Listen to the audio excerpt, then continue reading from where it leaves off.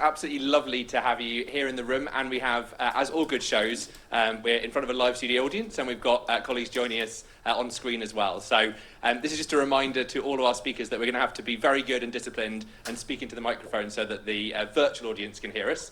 And each microphone's got a red and a green button on, so I will help at the front, but just make sure you're switched on before you speak.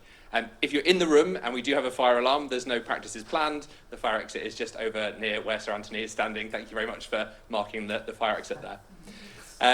So a very warm welcome, as I say, to everyone who is joining us online and in person. This is a very special afternoon, and we're absolutely delighted to be hosting this 2-year commemoration and an excitement about the ongoing work that the Times Education Commission has done, where it's come to already, and the influence it's continuing to have.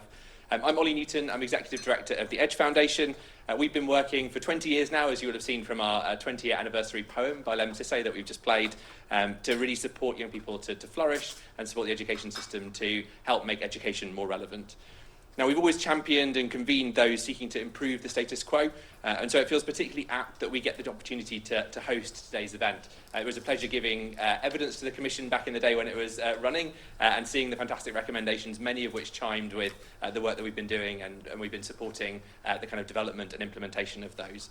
And it's fantastic to bring together colleagues here from the world of arts, from politics, from education, from journalism, to think about the next steps here as well. I think it really tells you something when a national newspaper, a media powerhouse, in fact, like the Times, wants to wade into education policy. It means that the readers are keen, really interested in this area, and it's amazing what Rachel and the team have gone on to do in health and in criminal justice as well. But to start with education is absolutely the right place to start. We're biased, but I think that's absolutely true. Now, back when we started planning this event, I'm not even sure that the Prime Minister knew just how critical this week would be, but I think the conversations that are happening today will be particularly important in light of what's happened. Obviously, we've seen the Lib Dem manifesto, we've seen the Tory manifesto, we haven't seen the Labour one yet, but we're all kind of in this space, and we can probably have a fairly good guess about some of the things that are in there.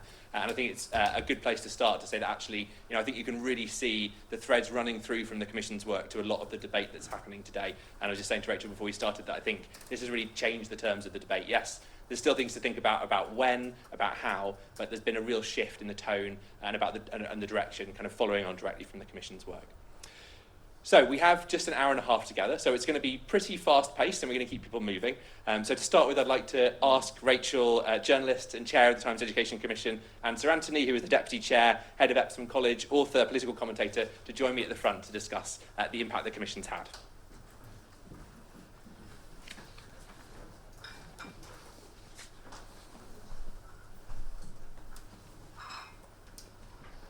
Perfect. We're going to show some slides on the screen just to give you a bit of an idea over this session of the kind of impact that the Commission's had.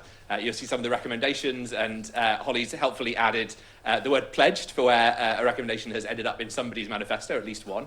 And there are some on there as well, like the apprenticeship in teaching, that have even come to pass or been announced. So, Rachel, I wanted to start.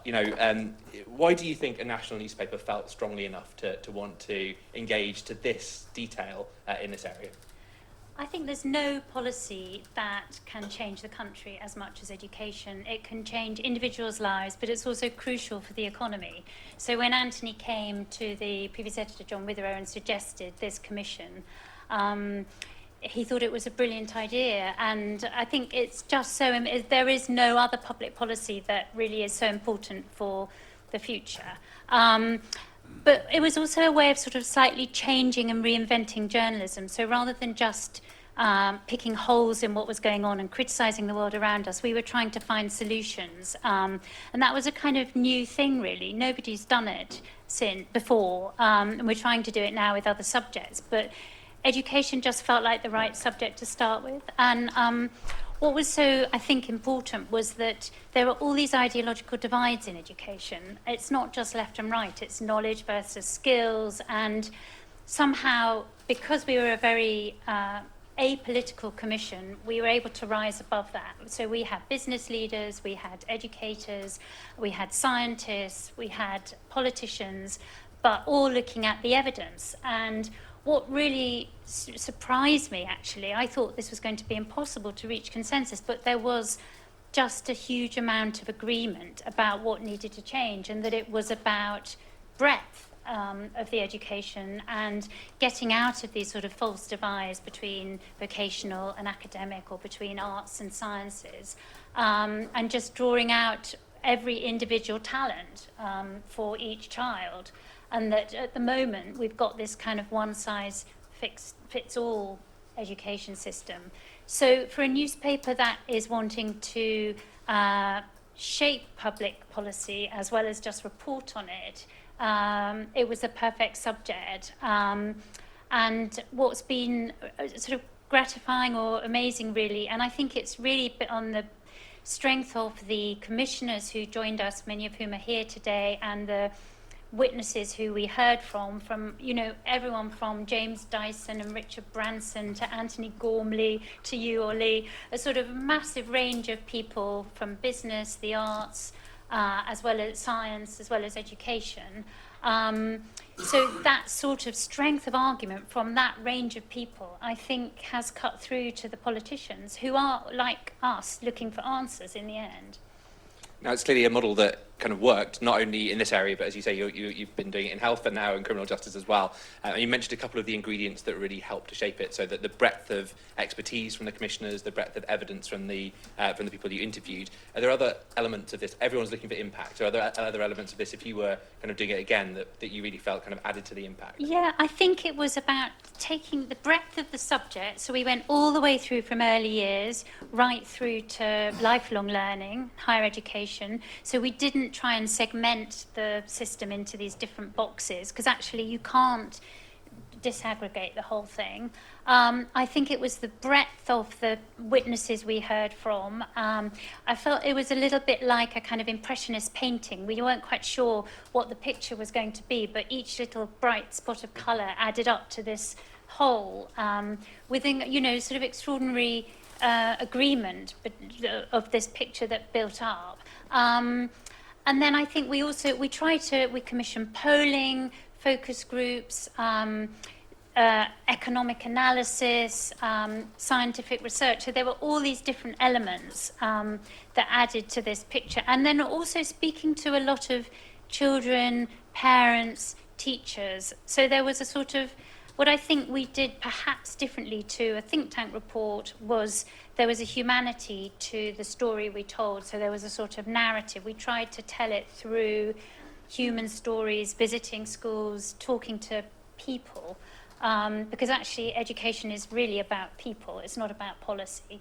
You need the policy to help the people, but I think maybe that was why it cut through as well. I love that, and such a good kind of melding of your journalistic background as well into the kind of whole policy perspective. So Anthony, Rachel's already mentioned that you came to the Times originally with this idea, and obviously things have moved on in the last couple of years.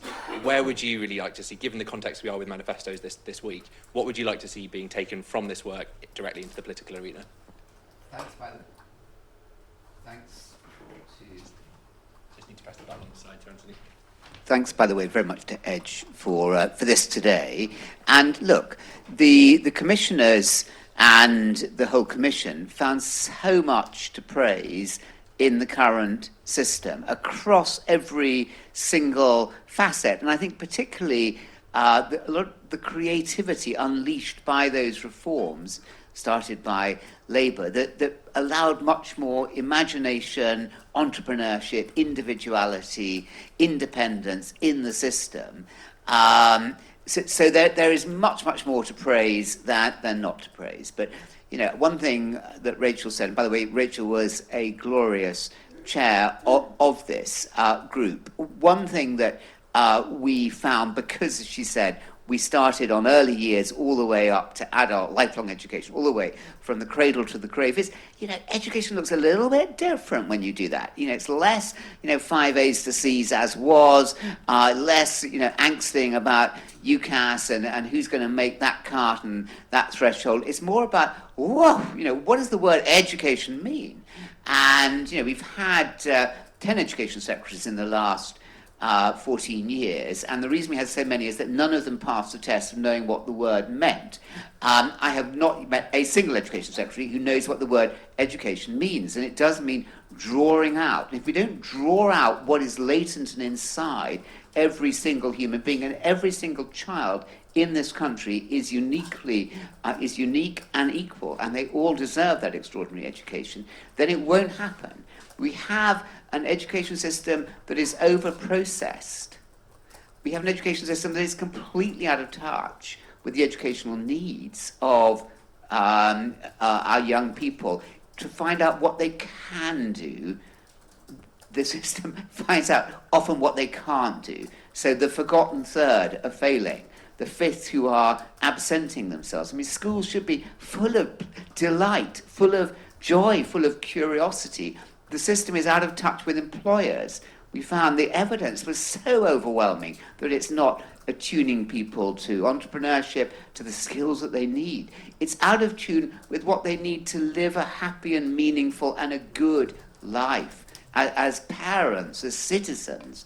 That evidence, what it does is it gets 5 A's, gets you GCSE results for some, 2/3, not the 1/3. It gets quite good A-level results. Oh my goodness, they're improving. Isn't that good? It's not actually really educating holistically our young people to live a good life as citizens, or to be good in the workplace. So, what do we think? We think it's a bit surprising and disappointing that Rishi Sunak clearly has not prioritised education.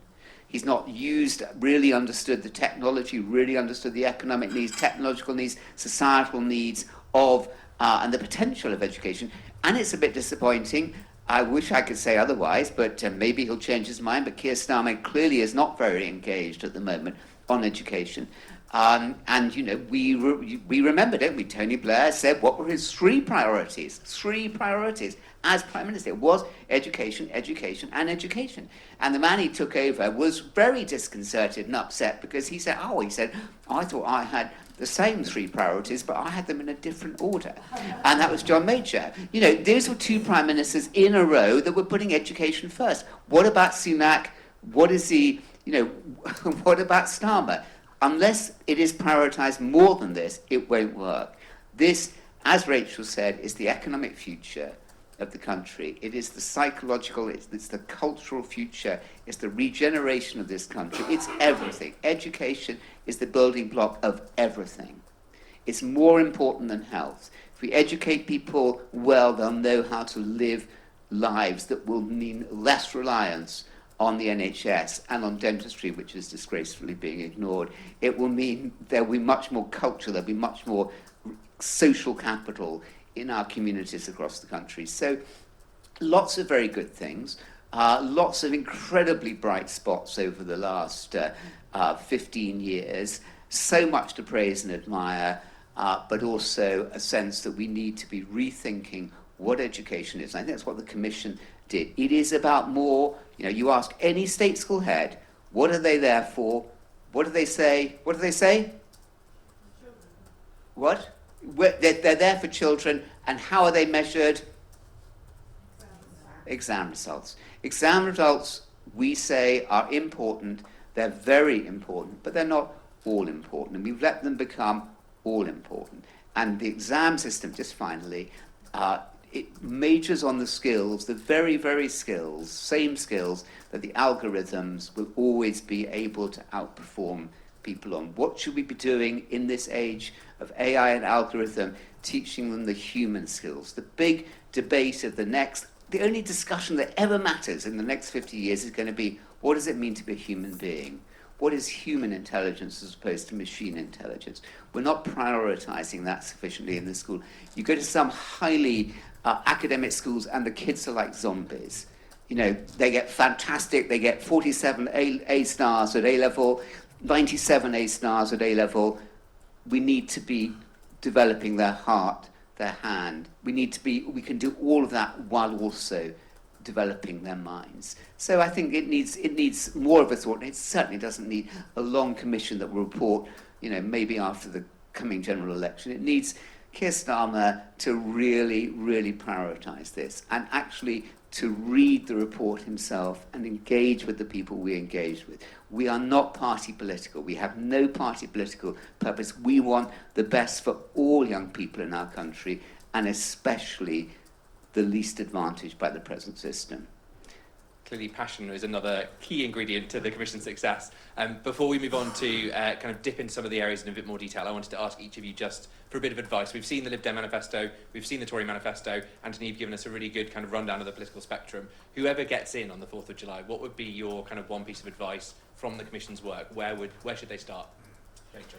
I would say the important thing is the urgency, that on day one, Keir Starmer's promised a review of the curriculum and assessment. Okay, he can have a review, but it's got to be really quick. It's got to be short and snappy, because every Prime Minister who has been in Downing Street, their greatest regret is not doing more quicker, not going further faster when you have the chance at the beginning, when your political capital is at its height. So if Rishi Sunak limps back, then fine. But if it's Keir Starmer, he's got to just get on with it and not hang around. And I would say that the curriculum and assessment is the key to the whole thing, because that's become the tail that wags the dog, as Anthony said, and it's strangling the system. So not to get rid of exams, but to reinvent the system and make it more relevant to work, more relevant to the future, the lives that children are going to lead, and creating alternatives to robots, creating human beings with creativity, entrepreneurial skills, the ability to work with each other. My main point would be get on with it. I love it. Anthony, your advice? Yeah, this is more important than anything. He'll be judged. I mean, look, most recent premierships have failed. We've had Prime Minister after another who has failed. The job is not impossible. The way they choose to do it makes it all but impossible. I would move education from where is it at the moment, 6th or 7th in his list, up to the very, very top. I would personally invest it himself. He's a father, he knows it. He could really love this. And make it a time of getting the kids back into school. Wouldn't that be fantastic? Those 20% at the moment who don't like it. Let's get them back in. The teachers who've left in their droves because it's a robotic system with hard people making lots of money themselves out of it, running these academies. We just need to get them back, the best kids in, all the kids, the best teachers back in the system.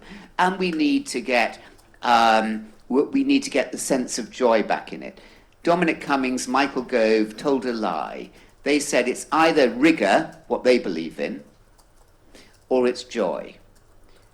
Anyone here who knows about education knows that you can have rigour and joy. Indeed, you can't have one without the other. And so those things. And will he do it? I hope so.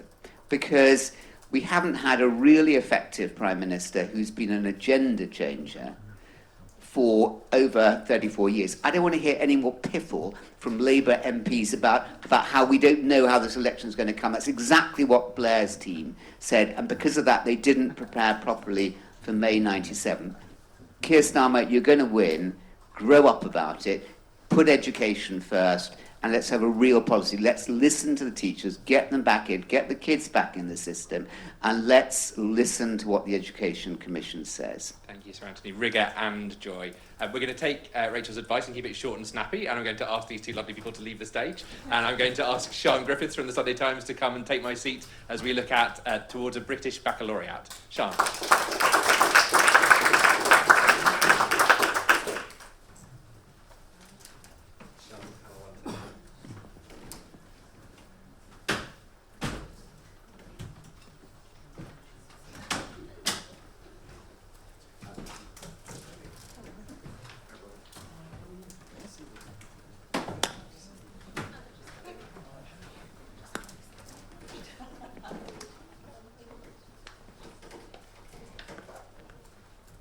Hello, so my name's Sian Griffiths, I'm the education editor at the Sunday Times, and... is it not on? Start again. Is that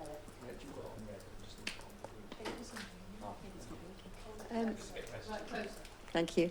Hi, so my name's Sian Griffiths, I'm the education editor of the Sunday Times, and I'm going to be chairing this panel today, which is about a flagship recommendation of the Times Education Commission, which is to bring in a British baccalaureate. And essentially, that would replace A-levels, the very narrow three A-level system that we have at the moment for 16 to 18-year-olds, with a much broader offer of 6 to 8 subjects studied as a kind of mix and match offering, so that you could choose academic and vocational qualifications. You could mix and match sciences and arts. You could do hairdressing as an option. And it would be a much broader qualification, much more similar to something like the International Baccalaureate. Rishi Sunak has gone a long way towards embracing this, and at the moment, Labour has not pinned its colours to the mast about bringing in anything like a British Baccalaureate, although they are promising a curriculum review. So what I'd like to do is start by asking each of the panel members to introduce themselves, and then we can maybe discuss, is this ever going to happen, and is it a good idea? Thank you. My name is Robert Halfon, former MP for Harlow, former Minister of State for Apprenticeships, Skills and Higher Education, and former Chair of the House of Commons Education Committee.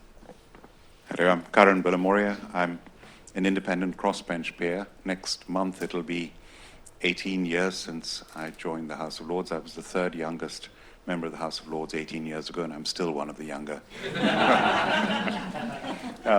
I'm also Chancellor of the University of Birmingham, and I was President of the Confederation of British Industry for 2 years until 2022 June, and was a proud member of this commission led so ably by Rachel and Anthony. Hi, I'm Amanda Melton. I am former Chief Exec of Nelson and Colne College Group, a group of further education colleges up in Lancashire, and CEO of Pendle Education Trust, formerly. I'm currently working with leaders and governors and chief execs across the education sector, developing good leadership and governance practice. Hi, I'm Sarah Jane Blakemore, Professor of Psychology and Cognitive Neuroscience at the University of Cambridge, and I run a lab that works on the development of the adolescent brain, and I guess that's my expertise that contributed to the Times Education Commission, which I was very proud to be part of. Thank you. So we've had polling from Edge that suggests that there's a lot of cross-party support for some version of a British Baccalaureate. Labour's proposed a technical baccalaureate in the past, but as I say, at the moment, it's not making any noises about bringing in anything as radical as this post-16. Is the British Baccalaureate, or a version of the British Baccalaureate, such as the Advanced British Standard, is it actually going to happen, and should it happen? Robert, can I ask you first? Yes, of course, and it's wonderful to be here with the Times and Edge. When Rishi Sunak was running for leadership, sorry, just get the... Do you want to use this one? Yeah, it's flashing, it's probably running out of battery. Thank you. When Rishi Sunak was running for leadership, I actually asked him, I said, if you get in, would you introduce or look at least introducing some form of baccalaureate? And he looked me in the eyes and he said that it's something that he'd seen around the world, and actually it was something that he had a lot of sympathy towards. So I was absolutely delighted that he did introduce the Advanced British Standard. It's a huge change when you think of the small c conservatism of the education system, and Anthony highlighted that a moment ago. For a Prime Minister to announce a huge change to post-16 education in the way the Advanced British Standard was announced, I thought it was massive at the time, especially given that he made the announcement at the Conservative Party conference and also talked about further education colleges and support for FE, which had not happened from a Prime Minister in the past that I can remember, certainly not at a Conservative Party conference speech. And so I absolutely think it's a good idea. I campaigned for it as when I was running the Education Select Committee, because I've always wanted to marry academic education and technical and vocational education. We've always talked about a parity of esteem, but what we still have is two branches where a whole load of people do one thing and a whole load of people do another. So I think it is very exciting. I'm glad it's in the manifesto. It's put it on the national agenda. I very much, whoever becomes the government does this, because I think it will have a huge change. And once it comes through, it will allow other changes to follow. And I do think it's very important that you win one battle at a time. So you need to do these things slowly, and you don't change the whole system, but you change the major bits and then look at other things like GCSE or whatever it may be. But if this comes through, or a version of it, I think it will be the first time that we marry academic education, knowledge and skills together, and I think it will really transform the prestige of technical and vocational education, and also mean that millions of more pupils and students do technical and vocational education courses, which they might not have otherwise done in the past. Like me to. I omitted to mention my introduction. I'm also the founder and chairman of Cobra Beer. And on one of the things we support lots of different charities every year, and one of them is the Royal International Air Tattoo. I'm an honorary group captain in the Royal Air Force in 601 Squadron, and this is the best air show in the world at Fairford. And I had, in fact, a meeting with the chair of the trustees. And the good part about the tattoo is there's 200,000 people, but it raises over £2 million net for charity from that one event every year. And over half that money goes into STEM education for 500,000 students from the age of 5 to 25, mainly school children, because STEM is so important for people to go into things like the Royal Air Force. And I think that Rishi Sunak said, I want every child to learn maths until the age of 18. Well, great, noble aim. But some children would think it's an absolute nightmare to learn maths until the age of 18. We're not good at maths.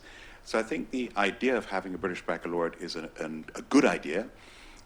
The idea even to have a choice. I mean, when the IB came into play in this country, Sevenoaks was, I think, the first school to do IB. And now so many schools, like Wellington, Anthony's former headmaster of Wellington, where I'm a governor now, you offer IB and you offer A-levels, you offer a choice. Our state school children don't even have that choice. To have something like a baccalaureate being a choice would be great. But when the ABS was proposed as an option, it was immediately shot down. Oh, it's going to cost too much to implement. It's going to cost £600 million to implement. Well, hang on. Are you being serious about this? The most important point here, the elephant in this room, is the underinvestment by governments in education, in school education. It's increased by 3% in 15 years. I mean, that's pathetic. And the difference in this report, very clearly our commission report, you see that graph, I can picture it now talking to you, of a private school education costing Epsom College, where Anthony's headmaster, was £16,000 for a day school student. Forget borders at Eton, 45,000. 16-day school, 16,000, and the average spend of a state school child by the government is £5,000 or £6,000. How can you offer the same quality of education for £16,000 for £5,000 or £6,000 on the cheap? You can't do it. And so if the government is not willing to spend more for a start, laptops and computers, the report, again, picture this, 95% of American teachers and pupils at every school in America, and they're predominantly state schools, have a laptop or a computer. Our schools, Rachel, correct me, is it 48%? It's less than half. It's pathetic. We've got to make this a priority, and I'm sorry, one Prime Minister after another has not made it a priority, including our current Prime Minister, who just doesn't get it on a number of counts, whether it's taxes that have been raised to the highest level in 70 years, whether it's defense and the blunder of coming back home, what an insult to our veterans, let alone neglecting education in the way that he had. Pathetic, and he's going to get demolished in this election and deserves to. Thank you, Karen. Thank you. Thank you. I mean, adding to that, in those places where we've tried to give every child a computer, in many cases they don't have the Wi-Fi, they don't have the space at home, they're sharing a bedroom with 7 siblings, and during COVID it was quite nonsensical to imagine that there was any sort of parity of experience across the socio-economic divide. So, that is something that we need to address, and I suppose that's what I kind of want to say. I remember being at a Bank of England thing that stuck with me. It was talking about the productivity tale, that, it was talking about the taking your best pupil to meet the Queen sort of thing, and actually the productivity tale where you've got the first 10% of your best pupils, if you like, that get all the good stuff, and then the rest, it just kind of tails off. I feel, very strongly that that is the nation that we have, insofar as all of the conversations that we have about what we're going to do about education is always about the first 10%. So, actually, whether we change to a T level or whether we get rid of A levels or whether we're going to, whatever it is that we're going to do, that's not actually going to make a difference for the bit at the back. And it's not just about the children or the students or even the adults. It's about the impact that that has on society and the impact that it has on the economy, because that economic tail, through not doing the basics with people in parts of the country where they can't support themselves, is going to ultimately have a huge detriment to the economy and is going to cost so much money. So we've got to get back to the basics. Now, obviously I come from a post-16 system, further education, where I spent 28 years, formerly as a teacher and so on. So, there's no question that the post-16 system, whether that is schools, sixth forms, further education colleges, and into university, needs to convene around investment to make sure that there is adequate access to kit, to employers, to all of that kind of information, advice and guidance that young people need no matter where they come from. We don't have that at the moment. We have a very segmented system, which means that, those who shout loudest get most. And actually, it tends to be that we don't shout in favour of those that need the greatest leg up.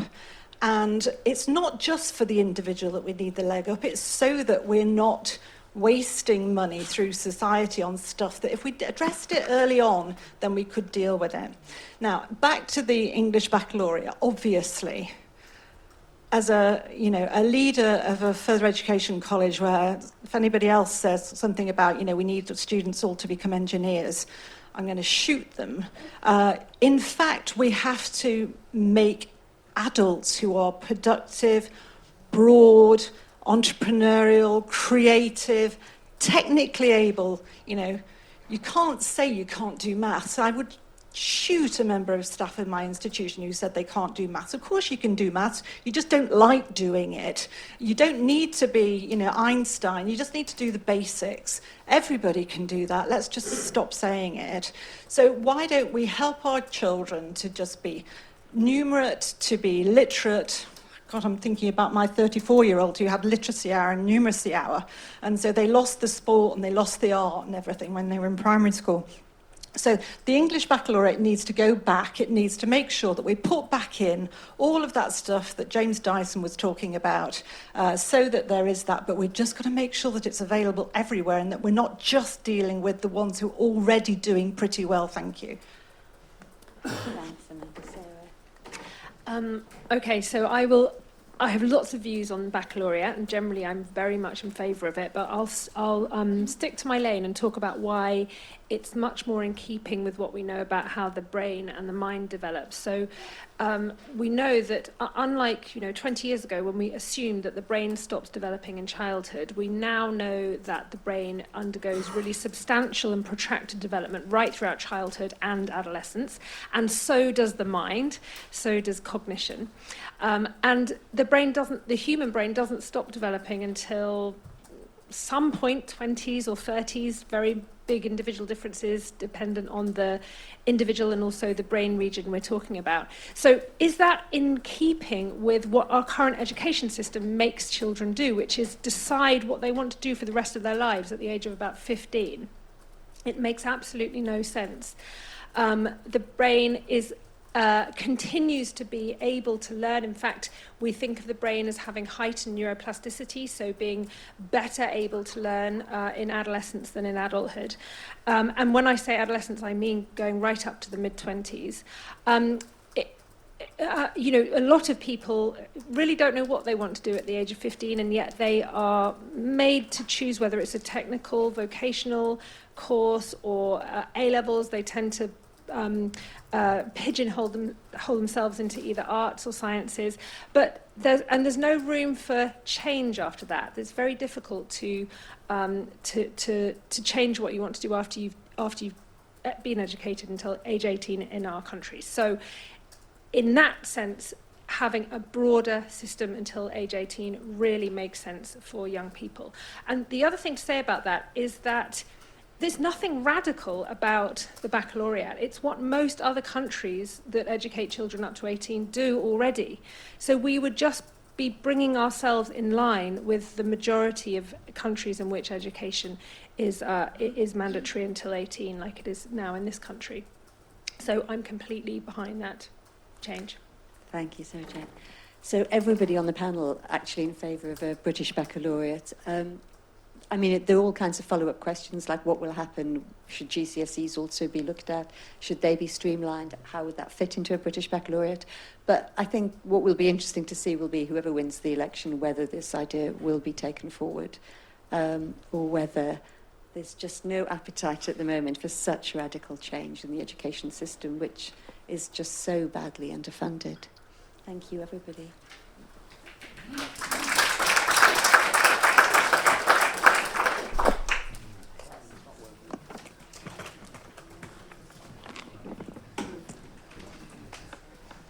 Thank you so much to Sian and that panel. I'm going to welcome our next group who are going to be talking about empowering educators. So welcome to the front. Thank you.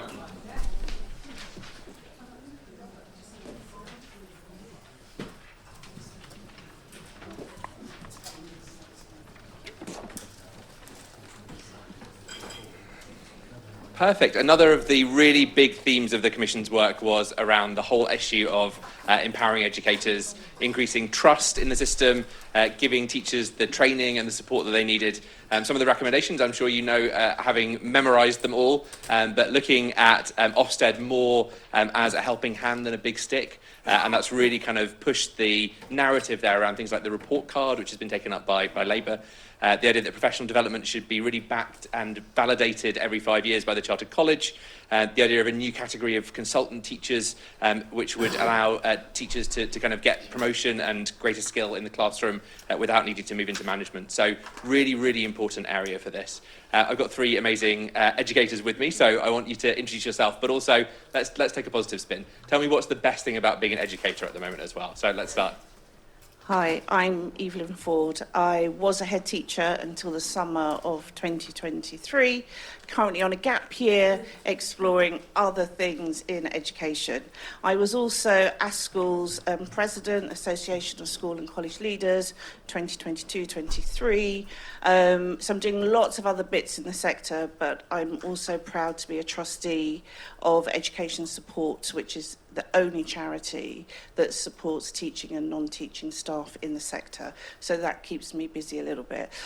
What do I love? I love the difference that we can make as educators, and the difference is quite profound, and it's not just on the young people, it's on the communities that we serve as well. So that brings me great joy, actually. Hi, I'm Lucy Heller, and I'm one of those match CEOs that Anthony was so disobliging about. And if we had longer, I'd make the case for us, but he's outside the room at this point. Come on, if you're hard enough. I think the thing that makes it great, and I've just come from one of our primary schools, the constant delight of dealing with young people, and as Evelyn said, sort of seeing the transformation. I can still remember seeing an 11-year-old coming into one of our schools who somehow missed out. His primary school hadn't caught up with the fact that he couldn't actually read. He had just a very good visual memory and was kind of mimicking what other people were doing. And seeing him at 11 sort of spelling out, saying, I can read. And that moment of changing the world for people. And in a world where, you know, there are lots of jobs and great things, but to have a job that has such meaning and that makes a difference every day and that is also collegiate. And it's one of the disadvantages, I think, from the point of view of practitioners sometimes, that it's not flexible in the way that many professional jobs now are.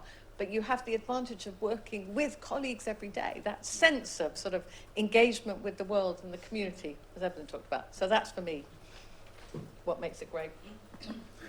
Hi, I'm Russell Hobby. I was General Secretary of the other Head Teachers Union for a little while, and I'm now Chief Exec at Teach First.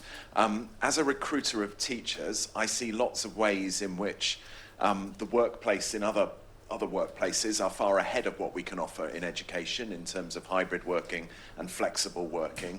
But I think this is building a little bit on Lucy's point. The modern hybrid, flexible, distributed workplace can also be a very lonely workplace as well. And we have a generation of people entering the workforce for whom loneliness through their university years and others has been something that they really feel hard.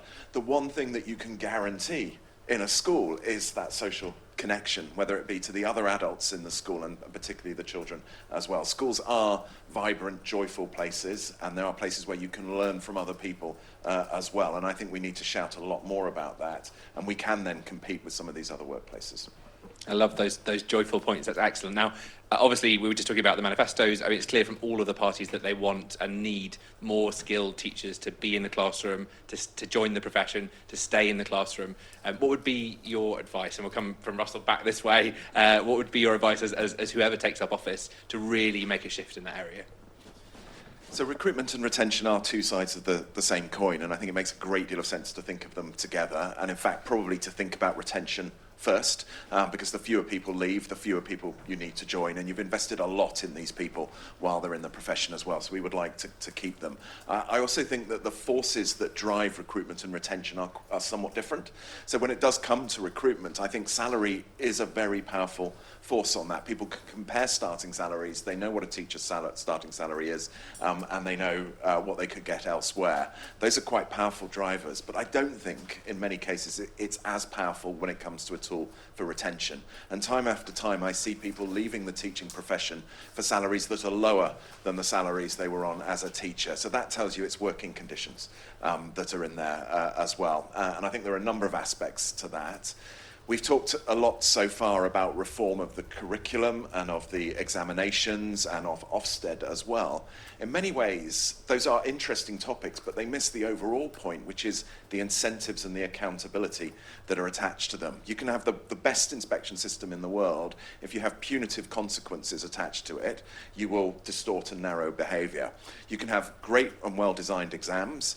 If they are the be-all and end-all of how you measure the performance of the school, they will distort behaviour as well. And it is that distortionary effect of an over-aggressive accountability system, which I think is driving lots of teachers out. And it comes to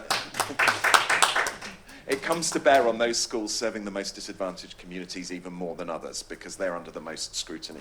And then that drives workload, and workload is the other thing driving people out. But I think we need to be really clear. There's workload and there's workload. Teachers do not mind working hard. They do work hard. They came to work hard. That is fine. They love working hard with the pupils on things that make a difference to the pupils. It's the admin, it's the bureaucracy, it's the accountability and the data around it. So when I'm being tongue-in-cheek, I say teachers love teaching. They hate everything else about the education system. There is some truth in that as well. So we want to get teachers doing more with pupils and less bureaucracy, and that will keep more people in. I could only echo what Russell has said. Money is, of course, the great, at the moment, unmentionable, because there's not going to be more money. We wait and see what the teacher pay settlement comes out at, but I don't think anyone's optimistic about either what it's going to be or schools' ability to fund it. And we're not going to get back to what were the sort of comparative levels it should be. We've seen teacher pay drop in comparison to other professions really substantially. We're unlikely to recapture that. But again, to Russell's point, and this is the only area in which I disagree with Rachel, our excellent chair of the commission, in saying, for me, the priority absolutely wouldn't be curriculum and assessment. I think it needs really careful thought. It's incredibly difficult to get agreement on that. Anyone who's tried, even within the context of a single school, let alone a network, let alone a national system, to change a history curriculum, will know the kind of battles that there are on that. There's huge disagreement about what we should be learning in schools. But if we got right the assessment system more and sort of got rid of the idea that if something's worth doing in a school, it's worth examining, you need to get away from that. And I think changing accountability would be the the key thing, thinking about workload and taking some of that pressure off without losing the rigour. So I think there are definitely things that could be done. And part of it would also have to be said, there's something, even without money, there's something about status. We have not done the teaching profession a favour, that between the department, unions, the kind of battles that have gone on over the last few years don't really go to persuade any young graduates thinking about it that this is a great profession. Yeah. We all are here because we think it absolutely is. It's one of the best things you can do. I don't think you would see that if you were looking at it from outside. Well, what's left for me to say? But I'll probably pick up on 2 points. One, I want to talk about celebrating the profession. I think, you know, we were held in high esteem during COVID when parents would look over the shoulder and say, God, I couldn't do that in a classroom. And teachers and non-teaching staff are phenomenal people. And I think the politicians are very quick to snipe at us and very quick to, you know, call out on mobile phones. I mean, what is that about? Everybody has got some policy around mobile phones. But I think that really celebrating the wonderfulness of teaching, I think is likely to get more people to want to join. And then I just want to pick up on the workload point, because I agree there's workload and there's workload. But I think what's happened, and I think more so since the pandemic, is what's expected of the teaching profession in terms of workload. And I'm often saying we have become the fourth emergency service. And I think what we need is an investment in our schools in terms of, if we are going to be expected to do all that additionality, that wraparound bits and pieces, then we need to be funded in order to do it. And we need to be skilled in order to do it. You know, when I started teaching hundreds of years ago as a history teacher, that's what I went into the profession to do, to teach my subject. You know, when I left as a head and, you know, I had to talk girls down off a bridge, you know, suicide ideation, self-harm, and I can do it, but I'm not skilled in it. And actually, the mental health crisis in schools, I think we just cannot ignore. And so when we look at the workload, let's remember that teachers and leaders and non-teachers, we are being asked to do much more than what we first came into the profession for. Absolutely. So, notwithstanding what Lucy was quite rightly saying about, you know, should or shouldn't we start with the curriculum, Anthony set us a bit of a challenge at the start of this, which was about, you know, rigour and kind of joy. There's this whole area of kind of changing the way that the curriculum might work, broadening the way that teachers might be able to teach, giving them more autonomy. Where should we start in that sort of space? Evelyn, would you like to start with that one? I'm going to be slightly controversial in so much as I don't totally agree that the curriculum and assessment is the first priority. I think if you ask teachers and leaders, they would say send, they would say funding, and they would say recruitment and retention. And so I think for a lot of leaders and potentially professional associations, we haven't kind of focused as deep on the curriculum because we can see the other priorities that are there. What I would say about the curriculum, however, is that it's just such a shame when we are losing the arts. We are losing things like DT. But that's because you've got that golden thread, haven't you? You haven't got the staff in order to deliver the curriculum. So I think for me, I think it goes hand in hand. I think the curriculum currently is okay. We've got other priorities, but I think let's not forget that we still need that broad and balanced curriculum. So I think that curriculum is going to take some time to do. It would be naive to suppose that education is anything other than political, but on something like curriculum, you really do need to get, to the greatest extent possible, a kind of cross-party consensus Because this is a serious thing. If you're doing it for the long term. It's not something you can chop and change. So there needs to be just a really considered approach about what do we want from education. I know even, as I say, in the context of a sort of a single group of schools like ARCS, really difficult to decide. There are so many things crowding there. Have any conversation with a group of more than one person in fact, and you'll find umpteen different ideas about what needs to be there. It gets very crowded very fast.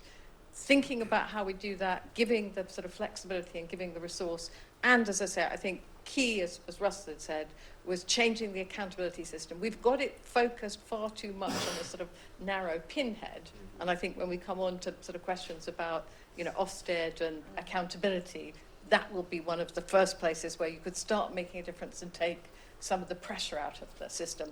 I think there's already a lot of richness in schools. It's getting squeezed at the moment, not just by accountability, but by funding. And I've just been having the conversations with, you know, head teachers are miserably looking for next year about we have to cut enrichment, we can't keep this support staff, we can't do the mental health support, because primary schools particularly, the funding is really in a miserable state.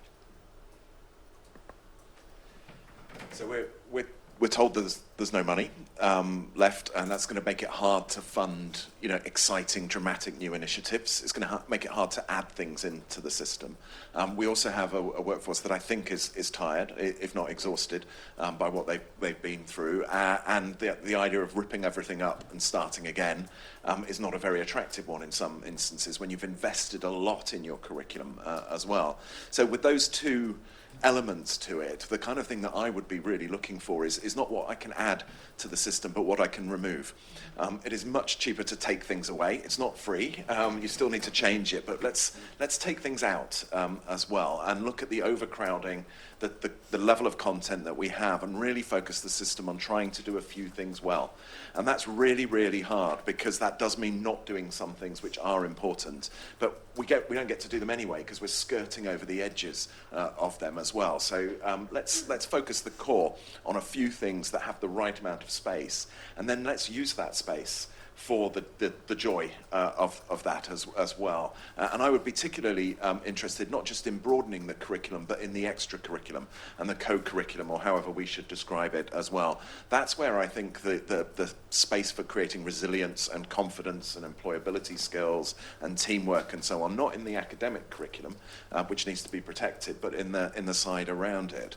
But the thing that really worries me about that is that if we deploy the same techniques of accountability to the broader curriculum or the co-curriculum that we do to the academic curriculum as well, because we could destroy that overnight by creating league tables and measuring schools as well. We're going to have to create some space where we trust teachers and schools that if we build the space for you, you will do the plays and the sports and the volunteering and the community activities and those sorts of things as well, and we will trust you to get on. And I think that's a safe bet, to be honest. That's really helpful. And from all that we've talked about so far, it seems like a lot comes back to the accountability. So I want to just finish this panel by kind of asking each of you, if we did move towards some kind of, the language probably isn't quite right, but some kind of scorecard, some kind of balanced scorecard, let's use that as the term for now, what should you or what shouldn't you include? Just one or two things. Lucy, would you like to start on that one? Well, I think I would see that it would seem to me one of the things we want to do is take this off being a sort of cliff edge, that Ofsted tries and right to say, look, from the point of view of a network like ours, Ofsted is not the be-all and end-all. You know, we have a good sense of where each school is, but still heads are understandably feel this still to be, you know, hugely career-threatening. And saying, if you move towards Ofsted, who are after all coming in only once every 5 years or so to schools, to say that was much more a sort of qualitative account that gave parents some sense of what's it like for your child going to this school. And it's sort of moving away from the sort of one-word judgment.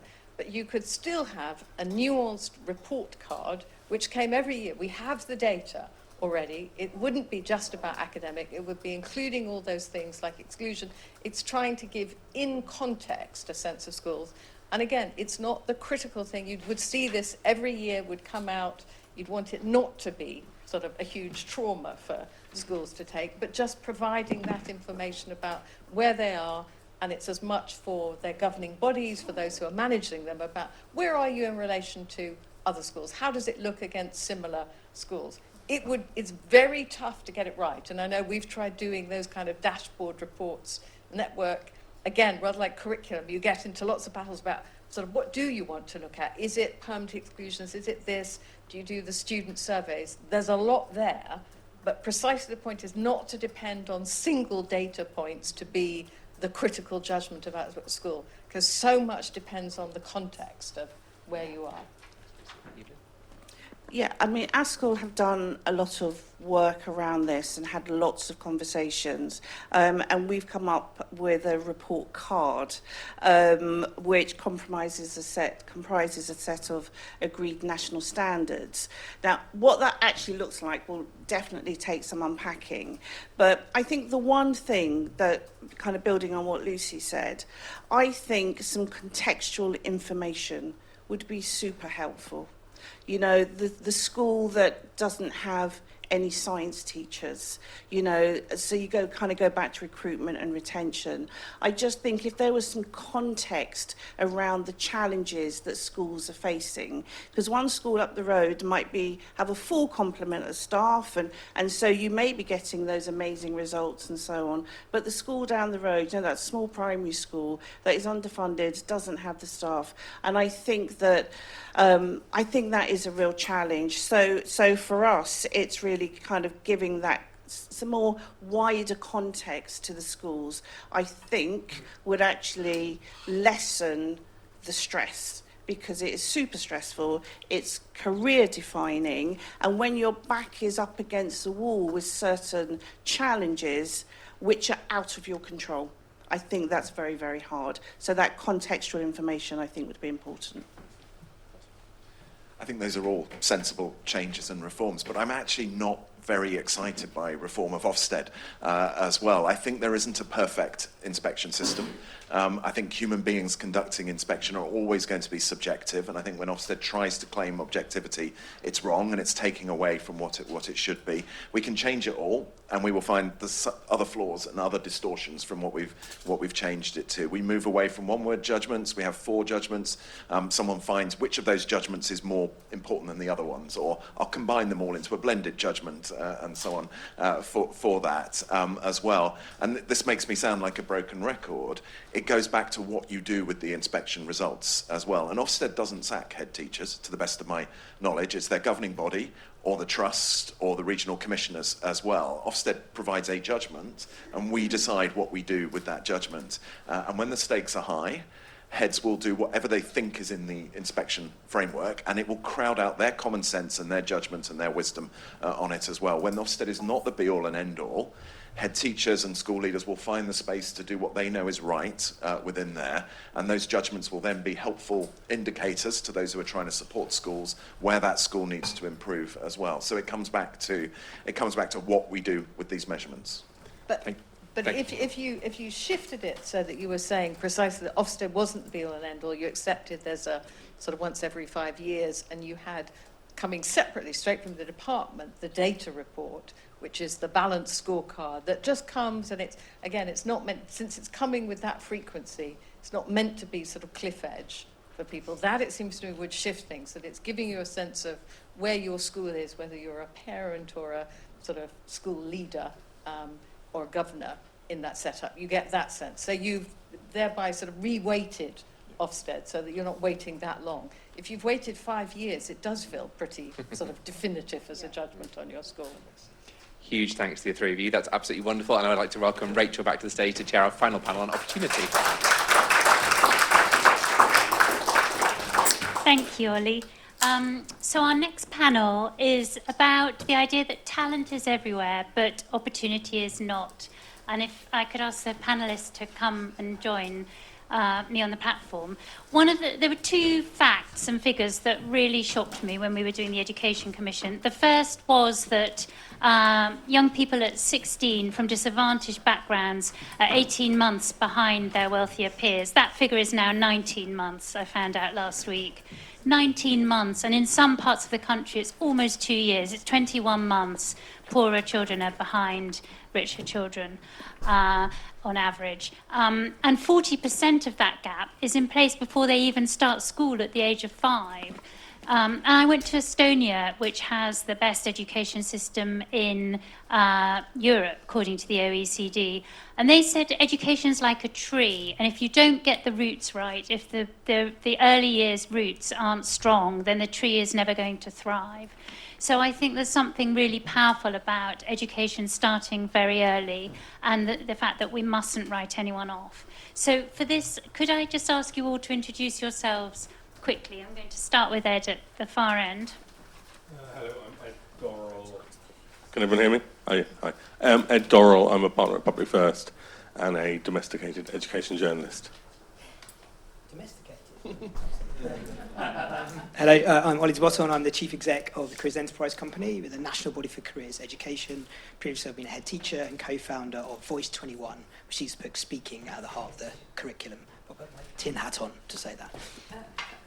I'm Anne Longfield. I was pleased to sit as a commissioner on the Times Education Commission.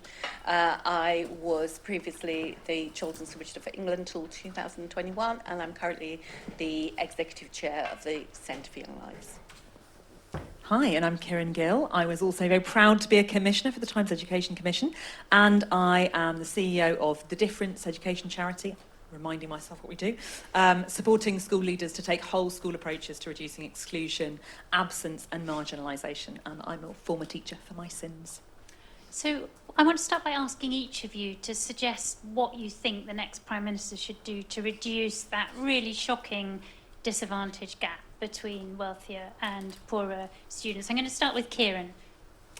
Ace. Well, I think over and above education, it's really clear I support teachers working all over the country, school leaders, and they are facing huge challenge post-pandemic in terms of the cost of living crisis, in terms of isolation of their young people and crises in young people's mental health. And I think we need a cross-government child poverty and trauma or safety strategy that recognises some of the pressures that are facing teachers and school leaders outside of school. But inside of school, I think we need to be aware of the increasing numbers of children who are losing learning. And we are thinking of these at the moment as really disparate problems. So we're talking about the attendance challenge. We've looked into things like off-rolling, rising home education. But actually, across the piece, we're just seeing that more and more young people are struggling to stay in school. And when we ask who is losing learning, it's the children who are struggling most outside of school that are struggling most inside school. So I think the priority for the next government should be to wrap their heads around that growing challenge along with the sector. And I'm very lucky, I'm supporting colleagues running something called the Who's Losing Learning Council, which I consider to be kind of following in the footsteps of the Times Education Commission, asking what should we do about this challenging question. And I think we really need to get behind the profession to upskill and evolve what the purpose of school is. Not, oh wait, am I doing my introduction of me? Rachel. No, I'm not. I'm saying what I'm doing. Right, yeah. I think we need to evolve to not just be thinking about curriculum and assessment, which I think we've really upskilled the profession in the last decade, but perhaps take the same focus, dedication and investment to think about the profession's ability to universally support children's mental health and their safety. Exactly the story that Evelyn told about very, very difficult acute situations that teachers are finding themselves in every day and haven't been supported to deal with. We need to reform that and elevate the status of professional development and leadership in working across the whole school on children's well-being and mental health. Thank you. Anne, we're seeing the sort of sharp end of this, of the Crime and Justice Commission that I'm now chairing, which Anne is also on. And that's a sort of the kind of, if you like, the end of the road, and the correlation between exclusions and people ending up in the criminal justice system is pretty shocking. But Anne, what do you think needs to change? What would your advice be to an incoming Prime Minister to reduce that gap? So I think the first thing would be to join the dots, make the links and commit for this to be a government priority across government, the government machine, to reduce the third of children that leave school without basic levels of qualification, the ones that have diminished life chances as a result and fall out of school and all the things that you've said there. And in terms of what you could do about it? Well, what I'd like to see is for schools to be at the heart of a new, whatever you want to call it, Sure Start, where you actually bring services together into a common purpose, you wrap them around schools, you ensure that you identify the kids who need help early, probably from birth or pre-birth, and you ensure that the services are there to be able to act together to be able to do that. And obviously there may be some money needed for that, but we do still pay for things at the moment. So actually making better use of what we've got in a more repurposed way, I think would be a starting block.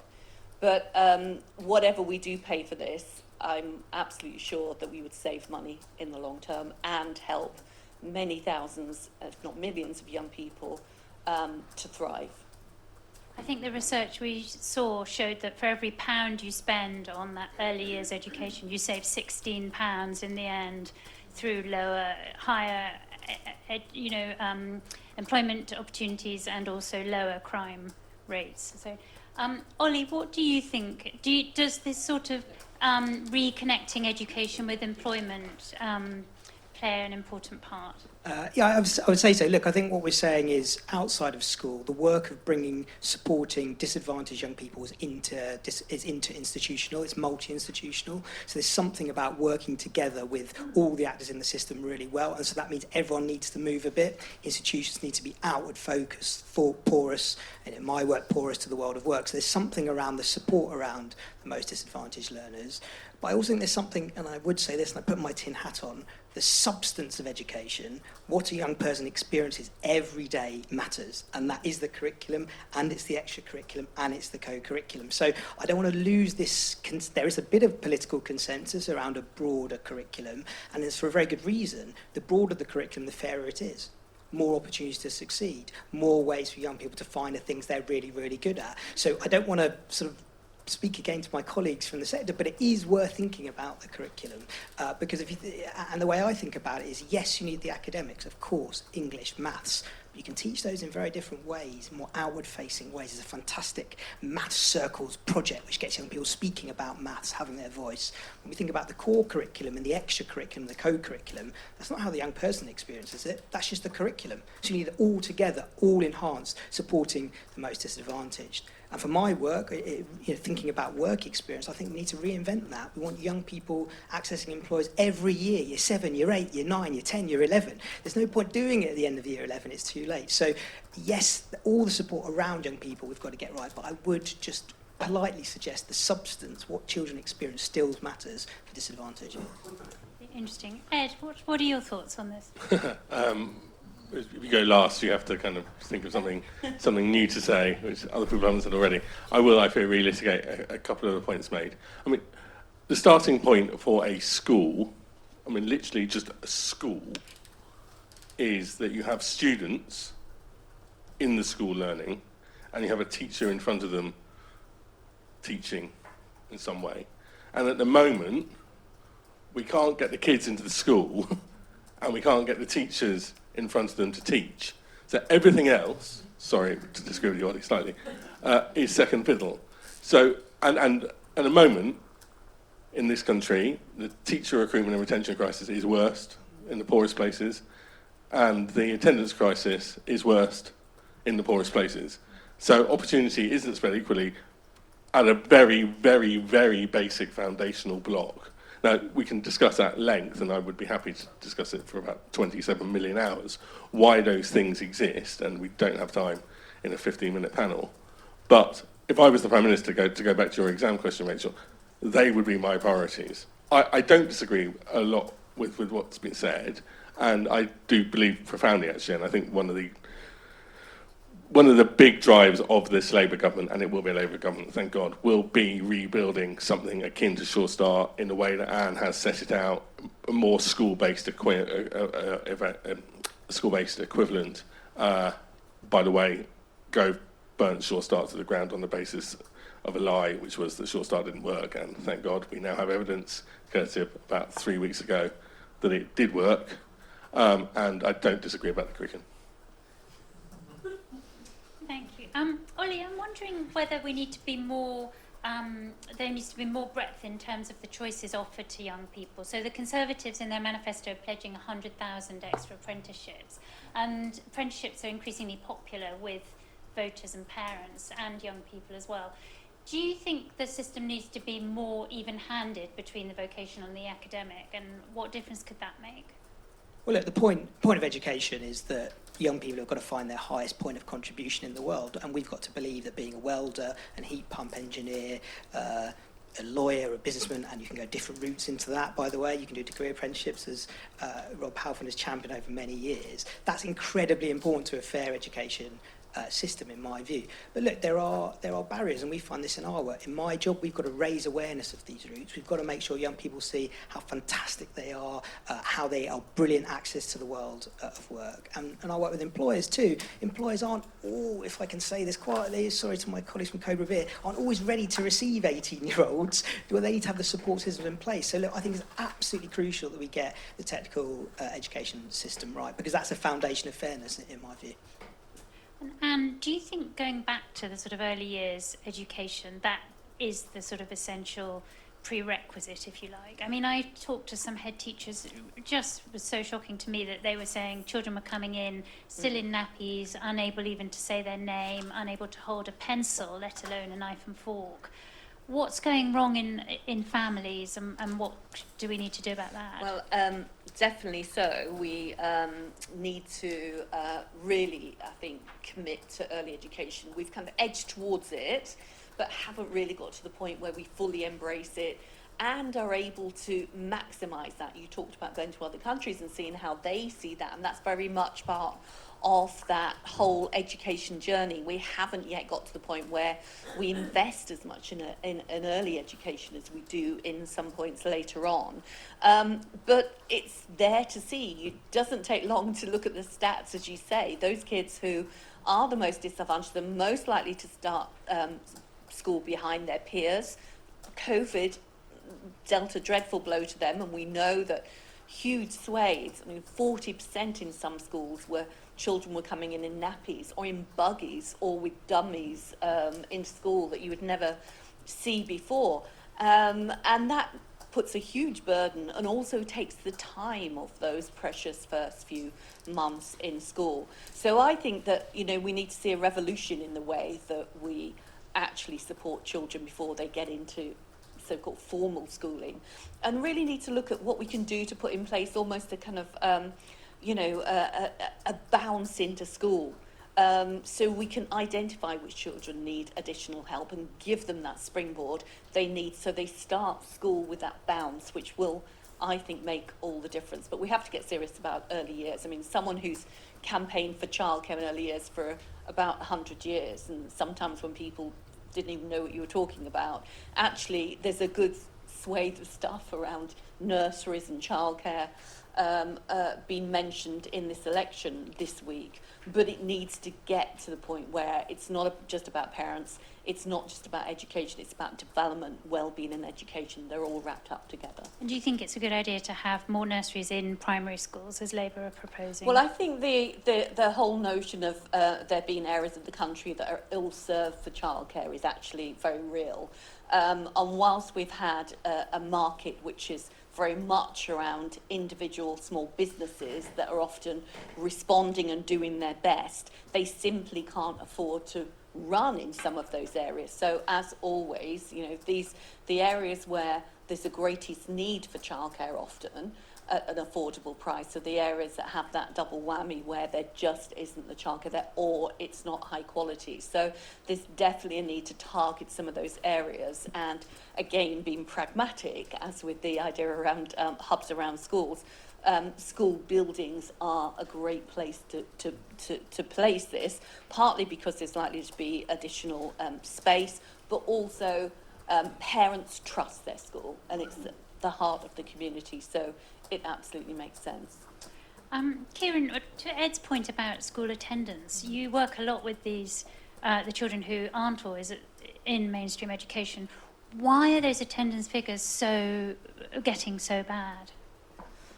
I mean, I think it's a lot of complex factors, and Ed's published an interesting report, but I agree with Lucy that we need to help schools hear what is happening on the ground, and lots of schools and multi-academy trusts are doing that already, trying to capture that data to understand what are parents' experiences of their school, what's going on with staff's mental health, what's going on with students' mental health, and how are all of these things linked.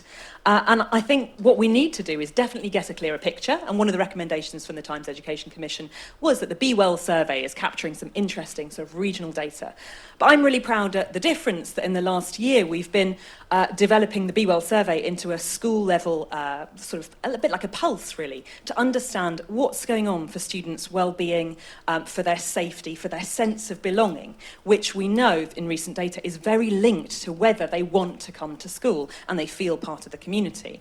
And we're seeing some really, really interesting patterns that are different school to school. And this is about empowering schools, not just to do something because Ofsted's going to come and mark it, you know, every 5 years, or because you're worried that you need to make the data look good in a high-stakes way, but actually unlocking schools' capacity to read and respond to what is happening. And we're hearing amazing case studies of schools unearthing, you know, real homophobia that they hadn't understood was in the school, experiences of misogyny and racism, and having great support then for their staff of how to deal with how that particularly manifests in year 10, or who in the non-teaching staff is amazing at working with young people in a really pastoral way, codifying that just as we've codified great teaching and learning in the last 10 years, and spreading that practice to all staff in the school. So I think these are the sort of pioneer kind of areas of practice which I feel excited school leaders have developed in a vacuum where there hasn't been support for how you do things like,